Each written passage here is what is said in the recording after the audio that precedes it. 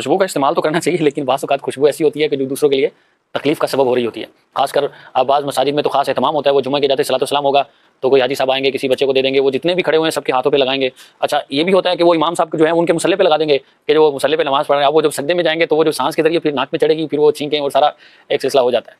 तो खुशबू ये इस्तेमाल करें। कॉमन सेंस की जो है वो कमी होती है। अच्छा, करने वाले के बारे में तो हम हुस्न ज़न रखेंगे कि वो अच्छी नीयत से कर रहा होगा, सही है। लेकिन जैसे कि आतिफ भाई ने तवज्जो दिलाई है, बहुत आजमाइश होती है। यानी कि मसला ये है कि हमारे यहाँ मयारी खुशबू बहुत कम है। केमिकल्स होते हैं, मैं कहूँ 99.9% केमिकल्स एसेंस ही होते हैं, तो शायद गलत नहीं होगा। अच्छा, अब उसके अंदर भी बाज़ अच्छी क्वालिटी की जो खुशबू बनाने वाली कंपनीज़ हैं तो वो अच्छा उसके अंदर मटेरियल इस्तेमाल करते हैं, तो उससे कम एलर्जी होती है। लेकिन बाज़ लोगों को वाकई एलर्जी होती है और बाज़ लोग जो है वो हर खुशबू को पसंद नहीं करते। हर शख्स हर खुशबू को पसंद करे ये ज़रूरी नहीं होता। मेरा मिजाज अलग है, इनका मिजाज अलग है, आपका मिजाज जुदा होगा। अच्छा, फिर कोई तेज़ पसंद करता है, कोई लाइट पसंद करता है। तो आपने तो सलातो सलाम का फरमाया है, मस्जिद के गेट पे भी बैठे होते हैं कि आप जैसे ही दाखिल होंगे तो सबसे पहले जो है ना हाजी साहब खुद लगाएंगे या किसी बच्चे को पकड़ा देंगे, सबको लगा रहा होगा। तो ऐसा नहीं करना चाहिए। अच्छा, अगर आपको करना ही है तो पूछ लें कि मैं आपको लगाऊं, क्योंकि बाज़ औक़ात सामने वाले को मुवाफ़िक नहीं होती। और इसमें अब मैं उसका नाम भूल रहा हूँ, जिनको एलर्जी होती है तो एक ख़ास किस्म का इसमें केमिकल होता है, जो अच्छी कंपनी की खुशबू आप लेंगे तो उसके ऊपर लिखा हुआ होता है। जिनको एलर्जी होती है तो उमूमन उस चीज़ से होती है, वो एसिड है, तो वो पढ़ लें ख़रीदने से पहले, ताकि आपके पैसे ज़ाय ना हों कि आपने 2-5 हज़ार रुपये खर्च भी किए, पता लगा कि वही चीज़ आ गई कि जिससे आपको एलर्जी है। और अगर ऐसा ना हो तो आप तो सर्च कर सकते हैं आप इंटरनेट पे, ईज़ी हो जाएगा। तो कईयों के साथ प्रॉब्लम होता है, वो खुशबू खरीदने में बड़े तज़ब्ज़ुब के शिकार होते हैं। तो जब तक लगाएंगे नहीं उस वक्त तक अंदाज़ा नहीं होगा। तो ये एक यूँ समझिए मदनी फूल समझिए। तो ख़रीदने से पहले जिन्हें प्रॉब्लम होती है तो उसके जो अंदर चीज़ें शामिल होती हैं तो उनकी डिटेल लिखी हुई होती है। तो अच्छी कंपनी का इत्र हो या परफ्यूम हो, जो भी आप यूज़ करेंगे तो आपको ये फ़ायदा होगा। और उमूमी तौर पर किसी को लगाने से पहले बिल्कुल एहतियात करनी चाहिए।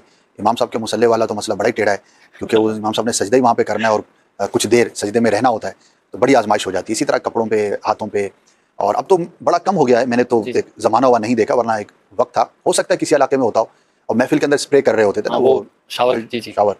अब वो बड़ा बाज़ औक़ात आजमाइश वाला मामला हो जाता था। वो आप स्प्रे कर रहे हैं, अब किसको मौफ़िक है नहीं है, तो बड़ी आजमाइश जैसे हो जाती है। तो घर में हो या कहीं भी हो तो इस बात का लिहाज रखना चाहिए। बल्कि एक और बात भी आपको अर्ज़ करूँ कि आपने बहुत महंगा परफ्यूम किसी को गिफ्ट किया और वही चीज़ उसको मौफ़िक नहीं है, तो अब वो बेचारा क्या करेगा? अच्छा, अगर आपको बाद में पता लगे कि मैंने तो बड़ी मोहब्बत से इसको ये तोहफ़ा दिया था लेकिन उसके काम ही नहीं आया, अब वो ज़ाहिर आगे बढ़ा देगा किसी को, खुद तो इस्तेमाल कर नहीं सकता। अच्छा, जहाँ अंडरस्टैंडिंग हो और आप पूछ सकते हो, मालूम कर सकते हो, तो उससे पूछ लिया जाए कि आपको किस तरह का खुशबू जो है, परफ्यूम जो है वो पसंद है, ताकि आपकी चीज़ उसके काम तो आए। तो इस मामले में हमें सेंसिटिव होना चाहिए कि हम किसी को तोहफ़ा दे रहे हैं। अच्छा, हर जगह पे ये कर पाएँ ज़रूरी नहीं। बाज़ औक़ात ऐसा ताल्लुक़ नहीं होता कि उससे हम पहले पूछने जाएँ, बल्कि वो ज़्यादा ऑकवर्ड हो जाता है। तो वहाँ ठीक है, आप दे दें, देने में इतना कोई मसला तो नहीं है। लेकिन जहाँ पर आपका ताल्लुक़ है, आप पूछ सकते हैं, आप कुछ ना कुछ अंडरस्टैंडिंग वाला मामला है, वेरी करेगा पर्सन टू पर्सन, तो वहाँ अगर आप लिहाज रखेंगे तो इंशाअल्लाह ख्याल रहेगा। अच्छा, ये उमूमी तौर पर, अब मिसाल एक शख्स है वो पहनता ही सफ़ेद सूट है और आपने उसको जो है ना डार्क ब्राउन कलर का जो है ना वो गिफ्ट कर दिया, तो अब वो क्या करेगा? आगे बढ़ाएगा। या ऐसा आपने कलर दिया जो उसको पसंद ही नहीं है, अच्छा कलर पहनता है वो, लेकिन जो कलर आपने दिया वो उसको पसंद ही नहीं है, तो अब वो क्या करेगा? ये साइज़ का सिले हुए कपड़े दे देते। मैं अभी पिछले दिनों एक अपने हैं अहले इल्म है माशाल्लाह, तो ऐसी बात हो रही थी, तो कह रहे मुझे ऐसे साइज़ का लिबास दे दिया कि उस जैसे 2 सूट हों तो मेरा 1 बने, तो साइज़ ही पूरा नहीं आ रहा, मैं उसमें कैसे जाऊँ? ज़बरदस्ती जाने की जो है वो, ऐसा होता है। तो सिला हुआ अगर दें तो उसमें ज़्यादा ख्याल रखने की ज़रूरत है, पूछ लें कि साइज़ क्या है, अंदाज़ा ना लगाएं।